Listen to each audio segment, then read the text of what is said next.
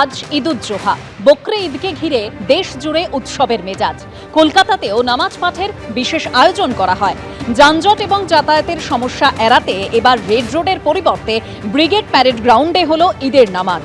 সকাল 8:30টায় ব্রিগেডে নামাজ পাঠে অংশ নেন বহু মানুষ। এতদিন রেড রোড চত্বরেই বরাবর হয়ে এসেছিল ঈদের নামাজ। রাজ্যে পরিবর্তনের পর এবার ব্রিগেডে নামাজ পাঠের অনুমোদন দিয়েছে বিজেপি সরকার।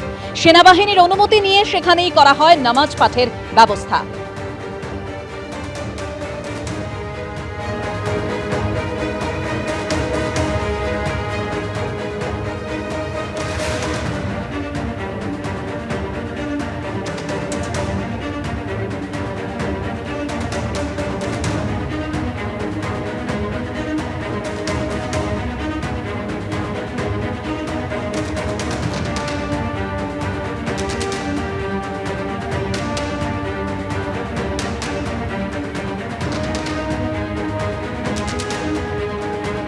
কলকাতাতেও নামাজ পাঠের আজ বিশেষ আয়োজন করা হয়। আজ ঈদুজ্জোহা, যানজট এবং যাতায়াতের সমস্যা এড়াতে এবার রেড রোডের পরিবর্তে ব্রিগেড প্যারেড গ্রাউন্ডে হলো ঈদের নামাজ।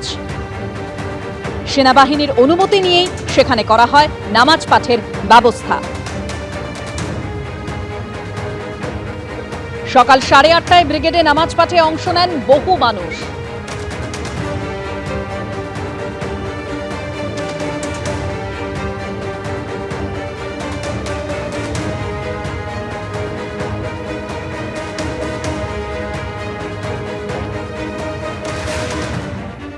আইন মেনে তো চলতে হবে। আমি তো দেশের বাসিন্দা, দেশের সিটিজেন। তো আমাকে যদি সরকার বলে কি নাম সে রাস্তা বন্ধ না করে কি নাম সে আপনাদের অল্টারনেটিভ জায়গা দিচ্ছি, সেটাও খুব খারাপ না, সুইটেবল মনে হচ্ছে।